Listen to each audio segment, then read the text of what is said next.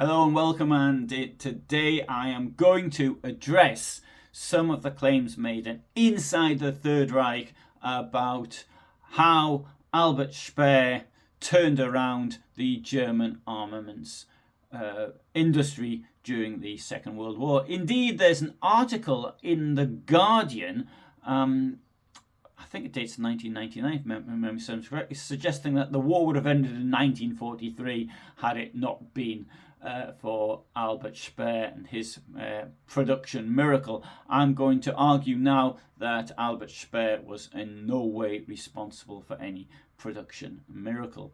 Anyway, so Albert Speer became the armaments minister on the 8th of February 1942. He was appointed when Fritz Todt was killed in an aircraft crash, and it was him. He introduced reorganization of the economy. Is that he's suggesting that before he took over, it was all disorganized and inefficient, and it only was able to mobilize itself once he took over.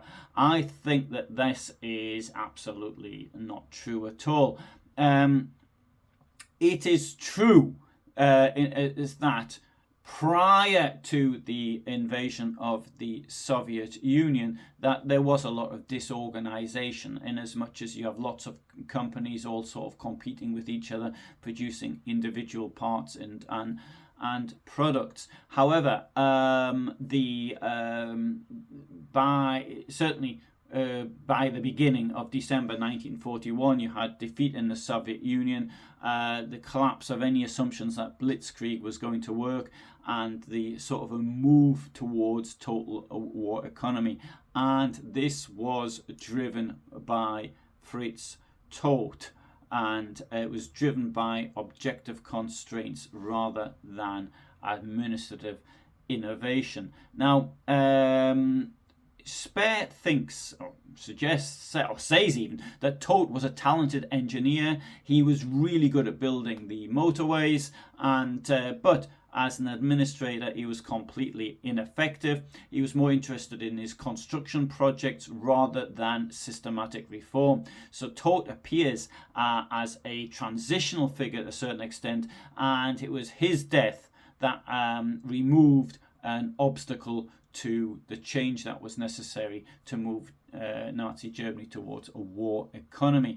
Now, I think that Todt is really he was the primary architect of reform.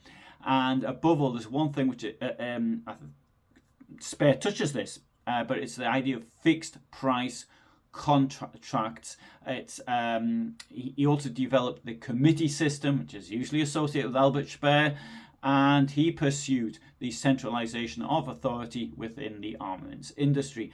And by the time of his death, he'd already secured, or was close to securing, the same powers that Speer would later have. Now, fixed price contracts Speer said this was part of his rationalization program, and he closely associated this with the concept of self-responsibility in industry. Now, fixed price is that previously it was agreed that production would take place, and so you have to produce, 100 lorries or something. It's done at the price. The price itself is worked out for the production price is non-less, and a percentage is added on top as a profit margin.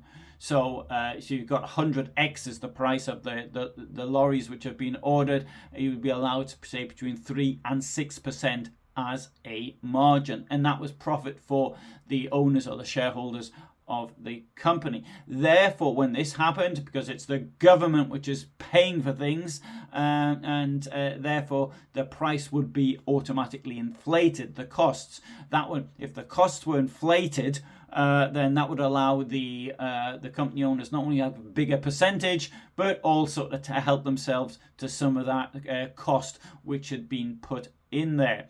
Now, having fixed prices put a stop to that. You have to build it at this price, and you get the little bit on top. And this was Todt's idea, and this began in December 1941. So, and certainly by the time that Speer took over, this system was largely in place.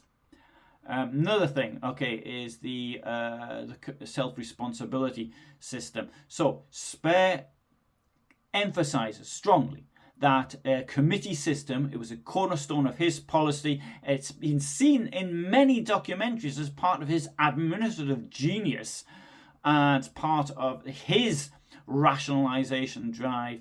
However, this system existed in production phases by the autumn of 1941, and so in this it was a simple from simple benchmarking to detail analysis. And so what we've got here is that Speer is presenting himself as being the creator of this idea, but in fact it was a novel. It was an evolutionary system which Speer inherited. And another thing is the centralization of power. Now, in normally we have a capitalist system, and in peacetime there's no centralization of authority of as far as industrial processes are concerned. Within the socialist system or communist system, you've got a centralization, or even these planned economies that existed in many countries. You've got the centralization. The problem with this is it leads to dreadful corruption and all sorts of other problems. So Speer portrays himself as the person who imposed central control over the fragmented economic apparatus, and he clearly implies that such authority didn't exist. But Todt previously had recognized that war production required a highly centralized authority capable of coordinating armaments, transport, raw materials, and labor. And by the time of his death, he'd had presented these recommendations to Hitler, and that would have effectively created a war ministry, and he would have been at the head of it. Now, we do see, and this is undoubtable, that there is a big increase in armaments production under Speer, and he took all the credit for it. And Speer certainly puts forward the claim that this was a result of his reforms, and he does it though in a very modest way in his book. He's absolutely brilliant, but his brilliance comes from his post-war defense of his own actions, not his actions at the time. So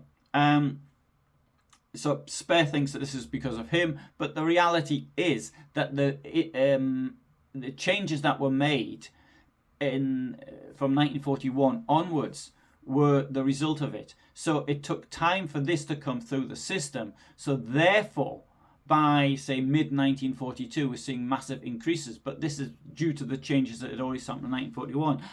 And the United States Strategic Bombing Survey, as early as 1945, concluded that the increase in production was largely the result of earlier plans. And I think I'm quoting that directly. If I'm not, it's almost the same. So, Fritz Todt died in the accident 8th of February, Rastenburg, 1942. So Speer certainly doesn't accuse Fritz Todt of obstruction, but I'm going to argue that he suggests somewhat strongly that this became possible only because of Todt's death. And but I'm going to suggest to you that Todt's death didn't remove a barrier to reform. It sort of just interrupted an ongoing, or even slightly interrupted, an ongoing reform process. Speer didn't come into this job with a stack of ideas about what he's going to do to change things. No, he accepted what was already there. At the end of the day, he hadn't done any studies on this, and he hadn't done any preparatory work. So what Speer does, he's trying to justify himself to posterity, and he's got his own agenda. The first agenda was at Nuremberg, and that was to save his life.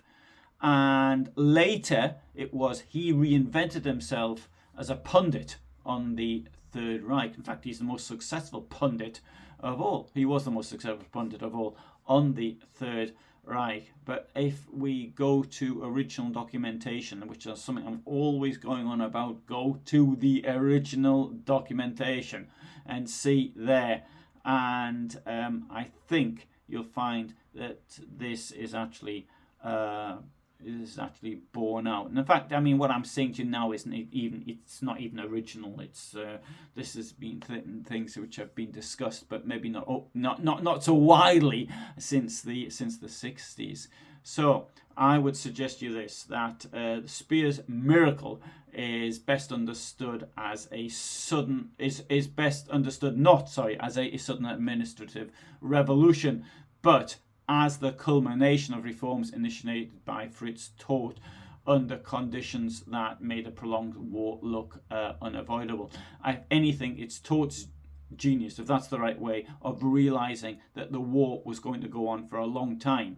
And this he had realized in 1941, even before the disasters on the Eastern Front and before the United States came into play. So Speer did have a genuine organization genius even, but he was this that allowed him to consolidate and extend the reforms that had already been put in place.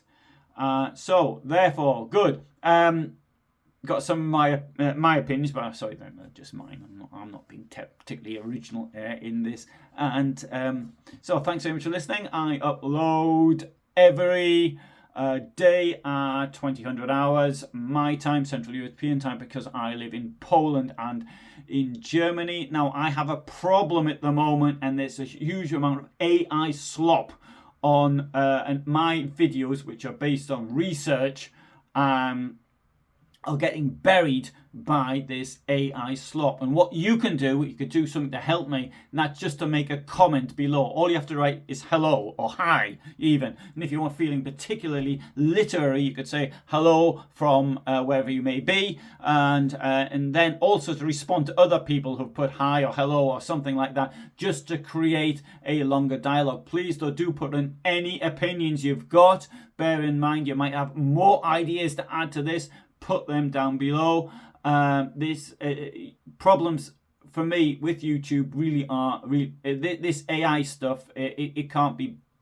It's a major problem, and these people to AI, they've got no costs. They're not using any time sticking out videos, and YouTube is preferring these videos to those which have genuine work done on them. So that is why I'm asking you to do that. Having said all of that, I will continue, however, offering a membership of this channel. That will continue. I'm not suggesting that. Sorry, I am suggesting that I might have to stop doing free videos because of the AI slot, and I can't continue. But for membership videos, will continue.